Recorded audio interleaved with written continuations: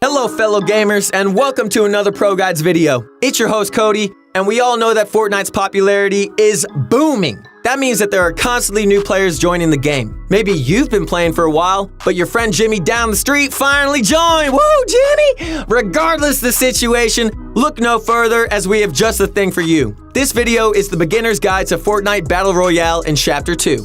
We know this isn't a video that everyone is looking for, but we wanted to make sure that we reach out to all players. So yes, seasoned veterans, you probably know this stuff, but we were all newbies once, and personally, I would have really appreciated having something like this to help me take my first baby steps. Anyway, considering the topic of this video, it's befitting that our question of the day is how you started playing Fortnite Battle Royale. I had it introduced to me by a friend, and I've been hooked ever since. I don't have a problem though, I swear, man. I just, one more game, one more arena.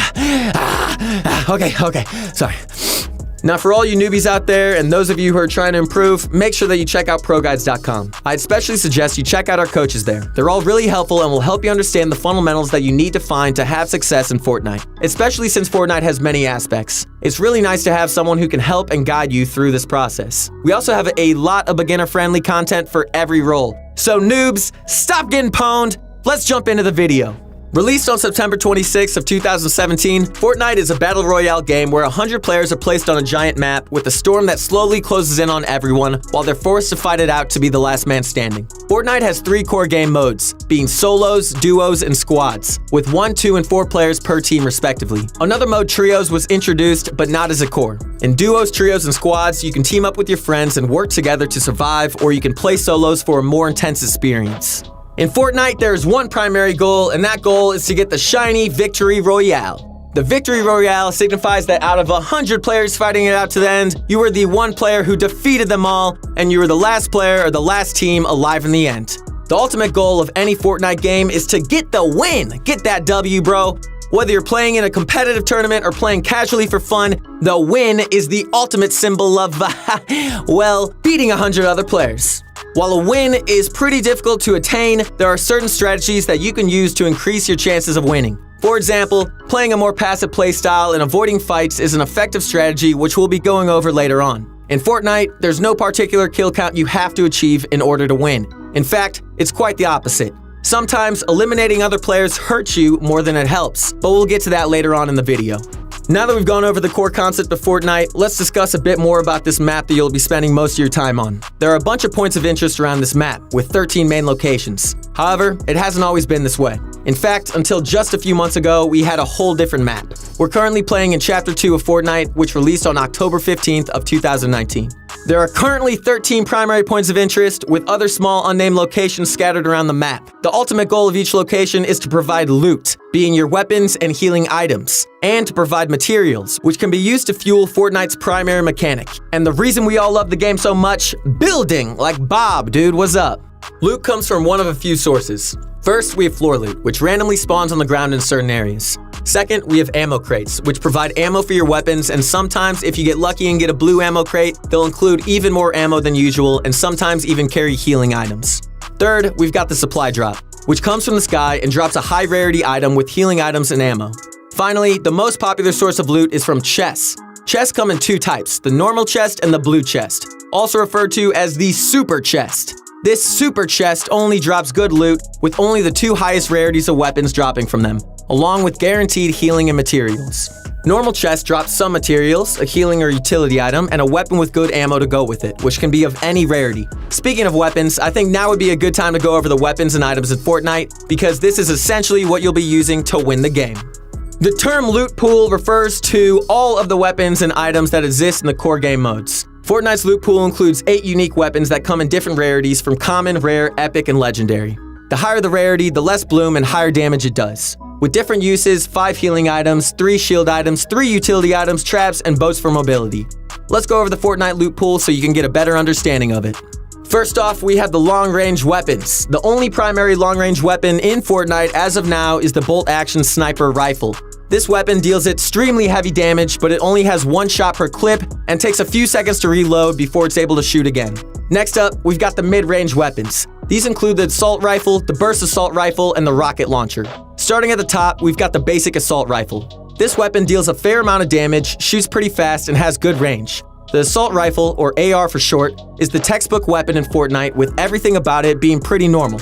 Second, we've got the burst AR. This one is essentially the same as the classic AR, but instead of shooting on full auto, it shoots bursts of 3 shots at a time with a short delay in between. Finally, we have the RPG. We call the RPG mid-range because while it can be very effective at pretty much any range, we mainly see it being used in mid-range for maximum effectiveness.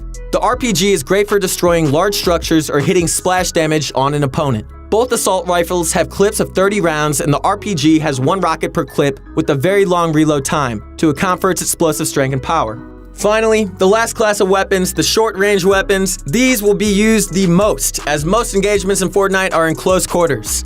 These weapons include 2 types of shotguns, the tactical shotgun and pump shotgun, the submachine gun, and the pistol. Starting from the top, the tactical shotgun deals heavy damage with a fast fire rate. However, this weapon has a large spread, and it isn't exactly the most accurate. If you have good aim and you're a bit more precise, the pump shotgun will be your homie, dude. Come on.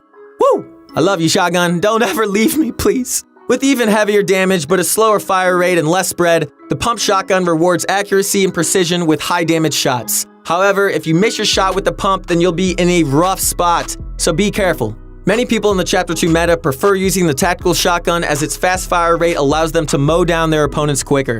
Next up, we've got my good buddy, the submachine gun.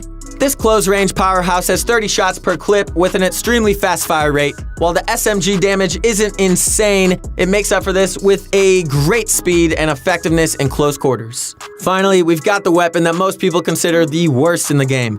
The good old classic pistol. I love you, pistol. There's no love for you. I'm sorry, bro. But it's because you only have 16 rounds per clip and you are unable to be shot by simply holding a button down. Instead, you have to click super fast to maximize its use. The bloom on the pistol isn't great either, and its maximum fire rate isn't ideal, even if you click extremely fast. Speaking of bloom, if you haven't heard the term bloom before, let's go over it. In Fortnite, accuracy is important. However, if every weapon was perfect and every shot was dead on, any good aimer would be able to pretty much be unstoppable. To balance things out and create incentive to learn other strategies, the bloom system was introduced.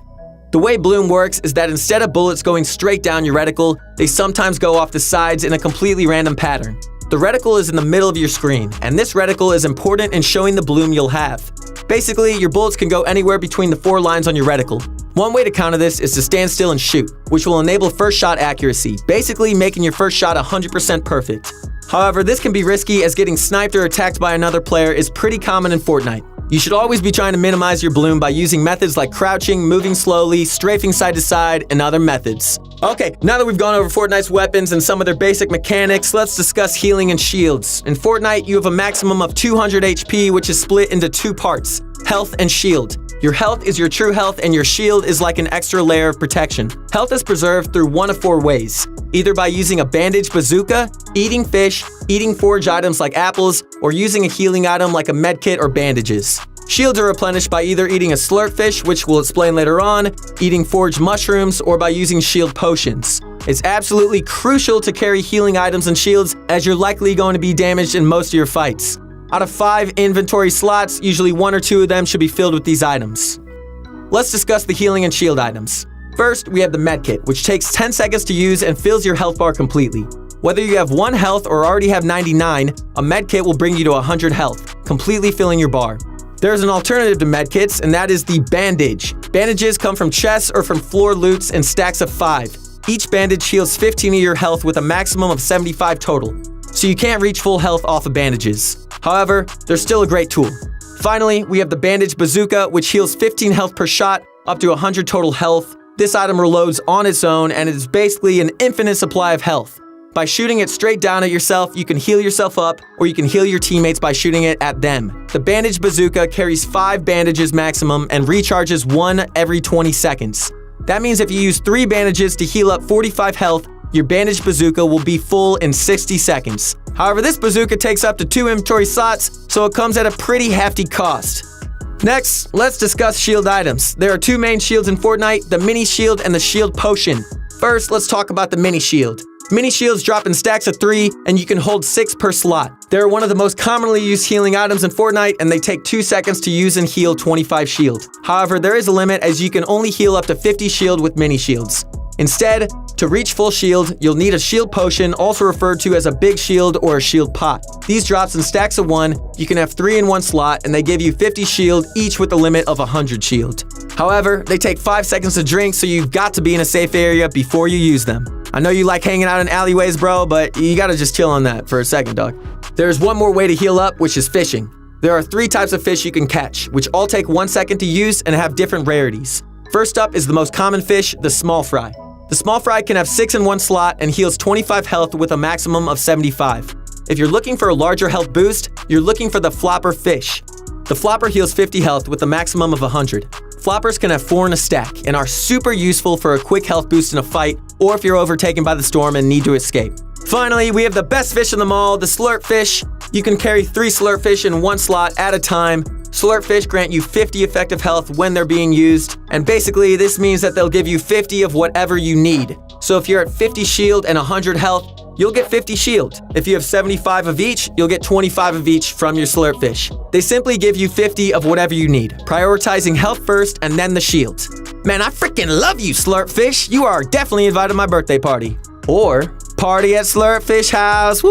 Let's get it. Slurp, slurp, slurp, slurp. Okay. Fish can be caught by using either a fishing rod or a harpoon gun. The fishing rod is the classic way to fish. They can be found in chests, floor loot, or from one of these fishing barrels. The harpoon gun has 10 shots, can be found in chests, floor loot, or fishing barrels, and it automatically catches fish instead of having a short wait like the fishing rod does. Almost all fish are caught from one of these fishing holes, which are basically white circles in any body of water which have fish jumping around in them. Simply toss your fishing rod or shoot your harpoon gun into the fishing hole and you'll get either a flopper fish, a slurp fish, or a weapon. If you use a fishing rod, wait for your bobber to go down and click again to retrieve your item. The only way to get a small fry is to fish somewhere that has no fishing hole. You might also get a rusty can, which basically has 0 use. We recommend trying to carry fish as they are pretty much the best healing you'll get since they heal a lot and only take 1 second to use. Finally, we've got the last item, the grenade. The grenade can be stacked up to 6 and drops in stacks of 3. This utility item does 100 damage and can be thrown at enemies to deal splash damage to their structures and even hit them heavily. We recommend using grenades against any opponent in a big base, in a building, or someone who builds a lot to damage their structures and maybe even hit them in the process. You can't hide from me, bro. Grenade! Boop! As of today, the best way to move around the map quickly is by using a boat. Boats spawn in any major location on the edge of the map. They can be used to travel across land or water. Kind of weird, right? Honestly, the way that these boats are able to travel on land is baffling, but it's perfectly fine. Anyway, if you're looking to make a long rotation to the safe zone, keep your eyes out for one of these as they are currently the fastest form of mobility in Fortnite. Okay, alright, so we've been over the loot pool, the map, the fishing, even the boats! However, we haven't gone over the most prominent core mechanic of Fortnite, the one that makes this game what it is today. Yes, ladies and gentlemen, I'm talking about none other than building! Without building, Fortnite isn't Fortnite. There are 4 basic structures. This includes the wall, the floor, the ramp, and the cone, aka pyramid. Some days he's a cone, some days he's a pyramid. These builds are used in conjunction with one another to build cover, gain high ground above your opponents, which I might mention is very important. But it can also be edited and toyed with to outsmart your opponents. Some very common building techniques frequently used are tunneling, ramp rushes, high ground retakes, the infamous 90s, and basing up. Finding all the different building techniques and practicing them is up to you. Luckily, we've got a bunch of videos on the Pro Guide channel and a ton of awesome content on our website that you can use to improve extremely fast. Take the time to practice your building and results will show.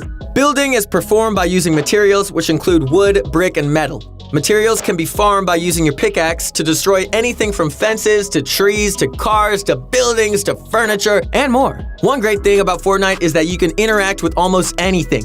Almost anything you run into is farmable. You can see your material count on the bottom right of your screen. Each build takes 10 material, and you can decide which material you need to use based on your situation. If you're in a normal fight, wood will do. But if you need a heavily reinforced building like a base or a box to heal in, brick or metal will definitely work better. Now let's head on over to editing. Editing is another crucial game mechanic used in direct conjunction with building. Editing is used to modify your structures. You can do anything from a simple window or door edit in a wall all the way up to spiral staircases and other crazy looking things. The beauty of editing is that it is such a unique system and so many new editing tricks are constantly being discovered. Let's quickly go over how to actually edit a structure. Once a build is placed down, look at it and press the button labeled Edit. Once you press this button, select the titles you'd like to use for your edit and press your edit button again to confirm it. Let's quickly go over a few popular edits. First, we have the basic wall window edit. Simply select any one of the tiles on the middle row of your wall and confirm the edit. Doing so on the left or right side will make a slightly thinner window. The middle one is a much larger and more open window. Second, we've got the wall door edit. This door edit consists of editing the bottom 2 tiles of any column on your wall, similar to this. All door edits are the same and they can be edited on any column. All door edits matter, baby, come on! For the floor, the only 2 edits you'll be doing much include the corner edit, by simply selecting one corner, or the side edit, by selecting both tiles on one side of your floor. Both of these are super useful if you're above an opponent and you have control of the floor above them. For the ramp, 2 main edits come to mind, the side ramp edit and the backwards ramp edit. First, the side ramp edit is done by editing one side of the ramp from the side closest to you straight to the other side. The backward ramp edit is done by looking at the center of the opposite side of your ramp and dragging it back towards the tile that you were on. By doing either of these edits, you can gain a significant edge in extreme close range encounters, and you'll be in the same box. So you got a new friend, senor! Where's Jimmy at? He's not online, but I got this guy. Finally, we've got the cone edit. Only one cone edit is super common among novice players, and that's the corner edit. This corner edit is done by selecting one corner of your cone. This is super versatile, as it can be used to peek in a base, go up a structure in a fancy fashion, or in a close-range fight to confuse your opponent. Editing is super helpful, and experimenting with edits in Fortnite is a great thing to do. Practice your edits often, and you'll be pulling off crazy plays in no time. Hold me back, bro. I'm gonna frickin' lose it on this guy. Whoa, chill. Let's look at why and how to take a fight. Don't just jump in, bro. One common concern among newer players is whether they should run around looking for fights or if they should play safe and try to go for the win. While getting kills may be good practice, it might take a while to get that win. On the other hand, while getting the win is super satisfying, are you really gaining anything if you just camp the whole time? Hold me back, bro. We recommend a fair mix of both strategies. It is the honest truth that you won't improve unless you fight another player and learn from your mistakes. But also, if you don't get some wins every once in a while, it'll be a bit harder to keep your confidence up. We recommend that as a beginner player, you should take every fight that you can get into and learn from every mistake you make. Did you mess up a build? Go practice it over and over until you can do it consistently. Did you miss a shot? Practice and improve your aim. Did you forget an edit? Do it consistently so you won't mess it up next time. Treat every fight as a learning experience and improve on your mistakes. That is the best way to get better at anything in life. Alongside this, playing aggressive and eliminating other players can be very rewarding beyond just the dab that you do over their body. Dab. When you eliminate someone, everything they have will drop, from their healing and shield items to their weapons, ammo, traps. Everything in their inventory is now yours! While the aggressive playstyle is good, keep in mind that there's nothing wrong with getting a few wins to keep your confidence up. Remember that Fortnite should be fun, and there's nothing wrong with trying to camp and win to get a few under your belt. However, for maximum improvement, we do recommend sticking to a more aggressive playstyle as much as possible. Cause who doesn't like to get a sick no-scope, baby? Battle Royale is fun and all, but playing it all day can be a bit tiring. And dude, you might want to try to find some other ways to practice and to have fun. So if that's the case, we recommend trying to check out Creative. Creative can be accessed from the starting screen, or you can select it by switching the game mode in your menu. Or finally, you can switch to it from the other menu screen where solos, duos, and squads are located. There are a ton of creative maps, or you can create your own. One amazing part of Fortnite Creative is the ability to create and customize your own islands. That means that you can create your own islands to play or hang out on. Time to hit the luau, bro, get the coconuts, and let's get it cracking, y'all. But first, let's talk about some 1v1s in Creative. Yeah, let's talk about that. Creative 1v1s are arguably the best way to improve your mechanics. By playing against other players in a low-pressure, practice-based environment, you'll be able to improve and sharpen your skills without the frustration of losing in-game. 1v1s come in 2 forms, the playground fight and the box fight. The playground fight is performed like this. First, both players build a ramp opposite from one another and place a wall in between them, like so. Next, they both sprint into the wall, and one player makes a full arch edit to initiate the fight. Once you run up your ramp, perform any builds you like to push for high ground, and from there, the fight is all up to you. Good luck, soldier. On the other hand, we've got the creative box fight. Box fighting is essential in Fortnite as most engagements result in close-range shotgun battles where the player with the best edits and smartest plays is often the winner. To play in box fights, you have to input a code into one of the featured rifts. Here are a few popular map codes for you, bro. You got the Advith box fight map. You got the moving box fights. You got the box fight free for wage box fights and fiber box fights. Don't forget your fiber, y'all. A box fight is pretty much a free fight in a small enclosed area. This represents around 75% of Fortnite engagements that you'll run into. Practicing your box fighting skills is absolutely crucial to getting good at Fortnite. We recommend utilizing box fights and playground fights to improve your mechanical skill and decision making within fights. Fortnite Battle Royale is a super complex game with a lot of different strategies, play styles, and a ton of different ways to improve. Improving in Fortnite is a difficult thing to do, but at this point, you got the knowledge, you got the core mechanics, and you got the basics of Fortnite. So the only thing left for you to do, player, is become a player. Pop in that game and start doing it, dude. Watching the Pro Guides YouTube channel or checking out ProGuides.com will also help you hugely in improving at the game faster, so give that some consideration as well. Alright guys, that's going to be it for today's video. Go into the next early game confident knowing that you've got a good strategy and you will come out of your fights with great loot, materials, and a path to the end game. Because we getting that W, baby. Really hope you enjoyed. Don't forget to use code ProGuides in the Fortnite item shop when you make any sort of purchases, as it really helps us out and we really do appreciate it. Comment down below what you thought about this video and what you'd like to see on the next one. We aim to bring you guys the best daily Fortnite content, so do us a favor by liking this video, subscribing to the channel, and show ProGuides.com some love for bringing you to this video. Thanks for watching. I'm your host, Cody. You can follow me on Instagram at CocoMidler. And guess what, guys? I'm gonna go hang out with Jimmy down the street. So I'll see you on the next one. Woo!